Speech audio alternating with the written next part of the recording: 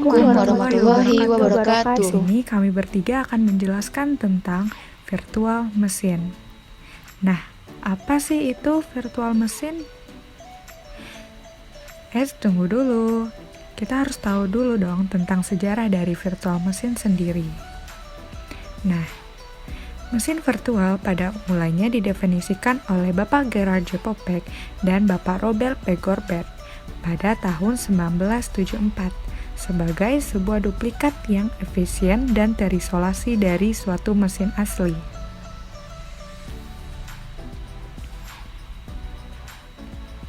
Jadi, virtual machine itu apa sih?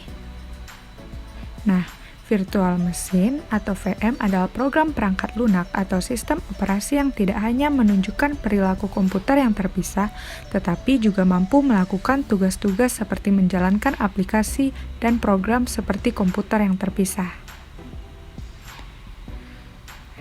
Jadi, ia dapat mengizinkan pengguna untuk menjalankan beberapa operating system atau OS dalam operating system lainnya. Nah, contohnya yaitu adalah program yang ditulis dalam bahasa Java akan dilayani oleh Java Virtual Machine dengan cara memberikan perintah-perintah yang dimengerti Java Virtual Machine yang selanjutnya akan memberikan hasil yang diharapkan. Dengan memberikan layanan seperti ini kepada program tersebut, perangkat lunak Java Virtual Machine ini berlaku sebagai sebuah mesin virtual, sehingga program tidak perlu untuk mengakses langsung melalui sistem operasi ataupun perangkat keras yang sangat bervariasi dan memerlukan pemrograman masing-masing secara spesifik. Nah, ada beberapa penerapan lainnya yang juga nggak kalah penting loh. Yang pertama adalah konsolidasi server. Virtual machine dapat digunakan untuk menggabungkan aplikasi-aplikasi sehingga berjalan pada satu server saja, walaupun aplikasi tersebut memerlukan sistem operasi yang berbeda-beda. Yang kedua, otomasi dan konsolidasi lingkungan dan pengembangan dan testing. Setiap virtual machine dapat berperan sebagai lingkungan yang berbeda, memudahkan pengembangan sehingga tidak perlu menyediakan lingkungan tersebut secara fisik. Yang ketiga, menjalankan perangkat lunak terdahulu. Sistem operasi dan perangkat lunak terdahulu dapat dijalankan pada sistem yang lebih baru, memudahkan recovery system. Yang terakhir, demonstrasi perangkat lunak. Dengan teknologi virtual machine, sistem operasi yang bersih dan dikonfigurasinya dapat disediakan secara cepat. Nah, itu adalah beberapa peranannya yang juga tak kalah penting. Saya biasa akan membahas fungsi dan jenis-jenis virtual machine. Nah, yang pertama kita bahas yaitu apa sih fungsi dari virtual machine? Nah, fungsi dari virtual machine yang pertama adalah berganti ke versi sistem operasi yang lebih baru. Dengan virtual machine ini, pengguna bisa melakukan adopsi metode yang aman untuk menjalankan versi pengembangan. Nah, yang kedua adalah virtualisasi dari desktop pengguna. Ada kecenderungan yang muncul di mana pengguna menyimpan aplikasi desktop dan sistem operasi di dalam sebuah virtual machine yang terpisah dari server dan menggunakan PC sebagai thin client ke server. Nah, fungsi virtual machine yang ketiga adalah melakukan pengujian dengan sistem operasi yang berbeda. Dengan virtual machine ini, pengguna bisa dengan mudah menginstal sistem operasi lain dalam virtual machine untuk memahami bagaimana sistem operasi tersebut bekerja. Selanjutnya, fungsi yang keempat adalah melakukan tahap pengujian software di banyak platform yang berbeda. Dengan virtual machine, pengguna bisa dengan mudah menginstal di masing-masing virtual machine, dibandingkan harus menginstal di banyak komputer yang berbeda. Nah, fungsi yang kelima adalah komplikasi server yang berbeda dalam penggunaan bisnis. Nah, dalam tujuan bisnis dengan aplikasi yang berjalan di beberapa server. Server-server yang ada bisa dimasukkan ke dalam virtual machine dan dijalankan dalam hanya satu PC. Selanjutnya kita bahas yaitu apa sih jenis-jenis dari virtual machine? Nah, virtual machine itu terbagi dua, yaitu yang pertama, sistem virtual machine. Nah, kita akan bahas sistem virtual machine ini. di mana sistem virtual mesin memungkinkan pembagian sumber daya perangkat keras yang ada ke dalam virtual mesin yang berbeda. IBM menjadi sistem pertama yang mendukung virtualisasi penuh, menerapkan pembagian waktu dengan menyediakan setiap pengguna terhadap sistem operasi tunggal, Conversational Monitor System. Selanjutnya yaitu keunggulan utama dari virtual machine system ini. Nah, yang pertama adalah berbagai lingkungan sistem operasi dapat berjalan pada komputer yang sama dalam isolasi antar lingkungan yang kuat. Nah, keunggulan yang kedua yaitu virtual machine dapat menyediakan instruction set arsitektur yang berbeda dengan yang ada pada perangkat keras. Nah, penggunaan virtual machine dalam mendukung berbagai sistem operasi yang berbeda menjadi populer dalam embedded system, di mana sistem operasi real-time digunakan bersamaan dengan sistem operasi high level seperti Linux atau Windows. Nah, jenis virtual machine yang kedua adalah proses virtual machine. Pada sebuah proses virtual machine, terkadang disebut sebagai application virtual machine atau managed runtime environment yang berjalan sebagai aplikasi normal di suatu sistem operasi dan mendukung suatu proses yang berjalan.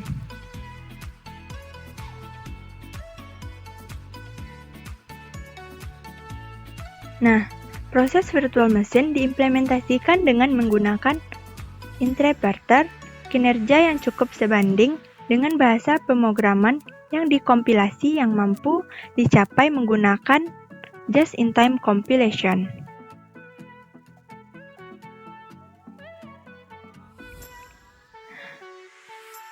Jenis virtual machine ini kian populer dengan bahasa pemrograman Java yang diimplementasikan menggunakan virtual machine Java. Contoh lainnya adalah Net Framework yang berjalan pada virtual machine, disebut dengan Common Language Runtime. Semua itu bisa berfungsi sebagai lapisan abstraksi terhadap berbagai macam bahasa komputer.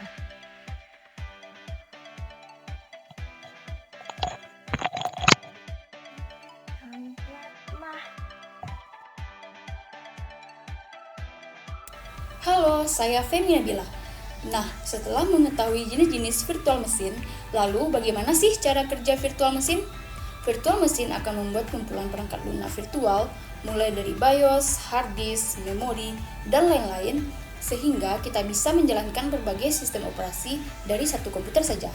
Dasar logika dari konsep mesin virtual atau virtual machine adalah dengan menggunakan pendekatan layers, di mana urutan lapisannya yaitu dari lapisan terendah sampai lapisan teratas, di mana lapisan terendah itu adalah hardware, lapisan kedua adalah kernel, dan lapisan ketiga adalah sistem program. Kernel yang berada pada lapisan kedua menggunakan instruksi perangkat keras untuk menciptakan seperangkat sistem call yang dapat digunakan oleh komponen-komponen pada level sistem program. Sistem program kemudian dapat menggunakan sistem call dan perangkat keras seolah-olah pada level yang sama.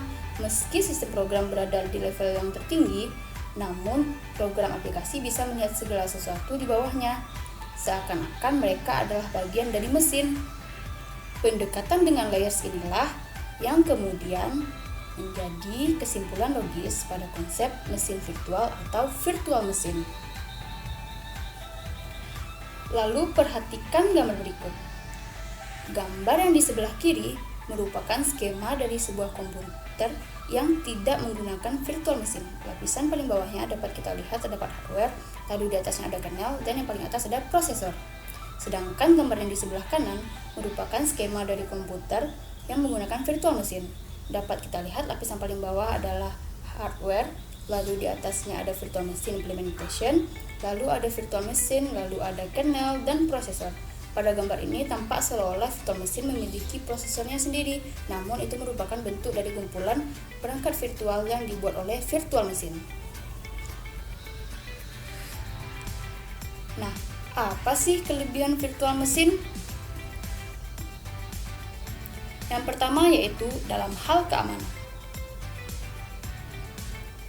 Virtual mesin memiliki perlindungan yang lengkap pada berbagai sistem sumber daya, yaitu dengan meniadakan pembagian sumber daya secara langsung sehingga tidak ada masalah proteksi dalam virtual mesin. Sistem virtual mesin adalah kendaraan yang sempurna untuk penelitian dan pengembangan sistem operasi. Dengan virtual mesin, jika terdapat suatu perubahan pada suatu bagian dari mesin, maka dijamin tidak akan mengubah komponen lainnya. Nah, yang kedua yaitu memungkinkan untuk mendefinisikan suatu jaringan dari virtual mesin. Tiap-tiap bagian mengirim informasi melalui jaringan komunikasi virtual.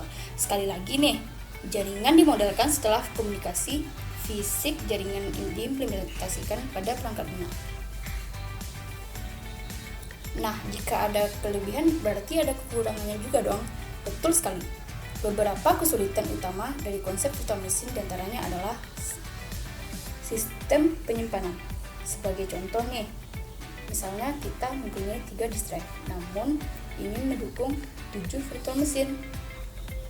Keadaan ini jelas tidak memungkinkan bagi kita untuk dapat mengalokasikan setiap disk drive untuk setiap virtual mesin.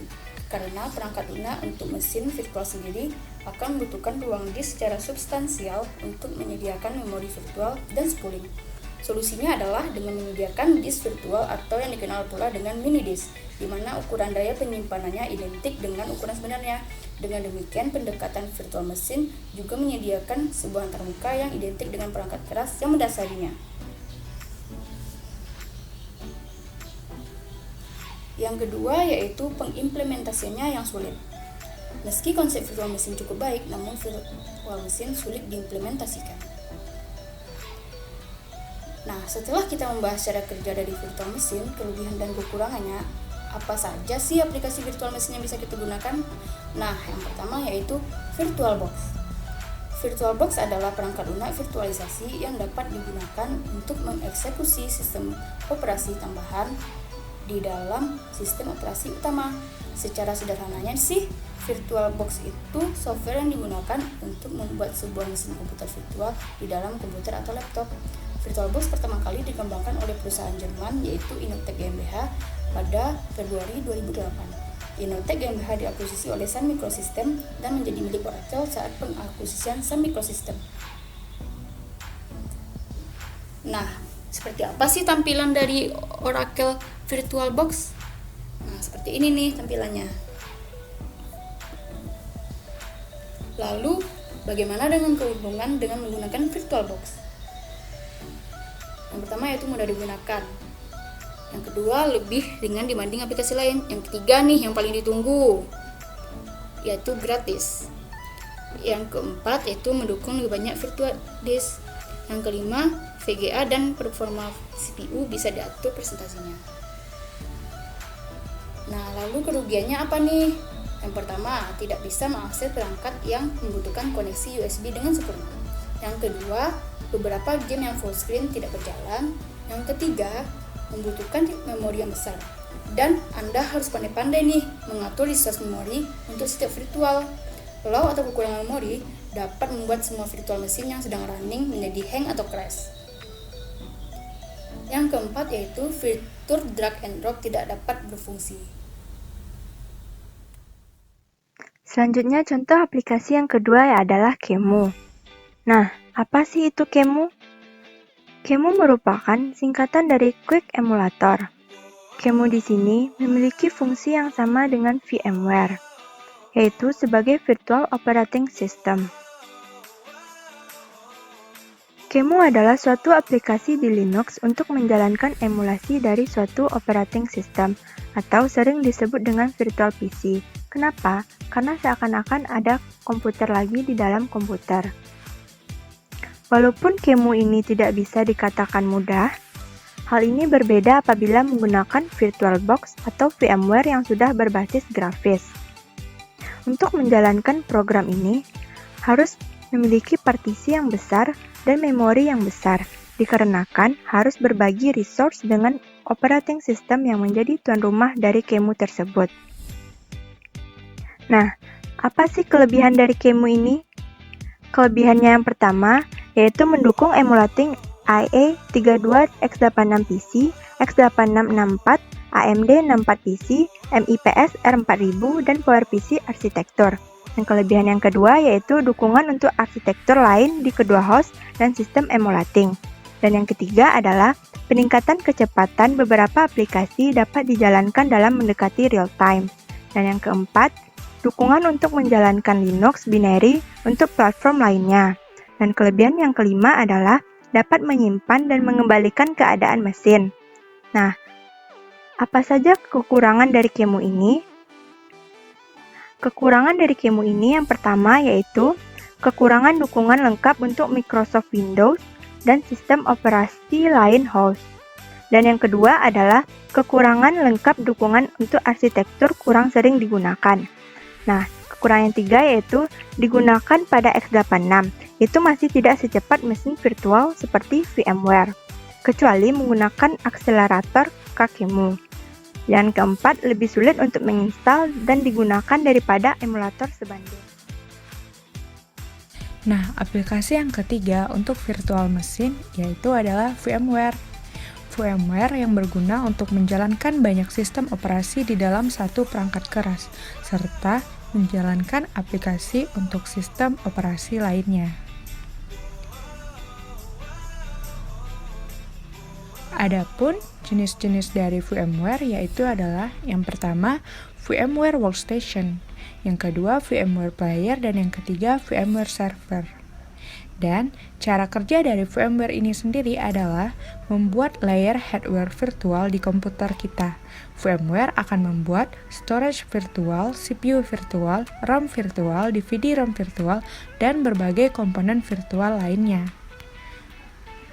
Yang nantinya VMware akan bisa digunakan pada beberapa sistem operasi yang dijalankan pada satu mesin PC tunggal secara bersamaan.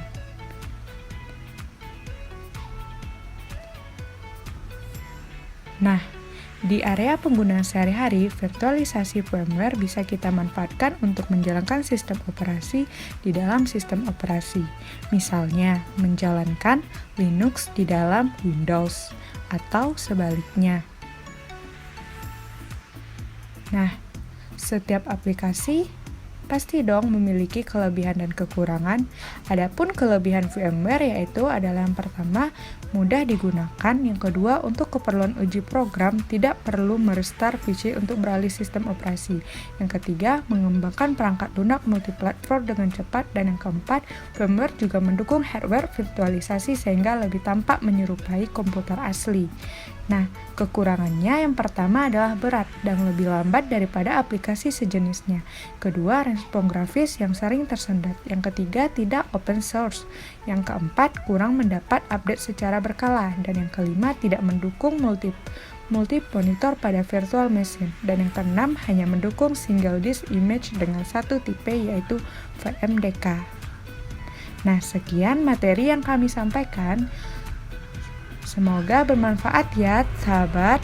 Assalamualaikum warahmatullahi wabarakatuh.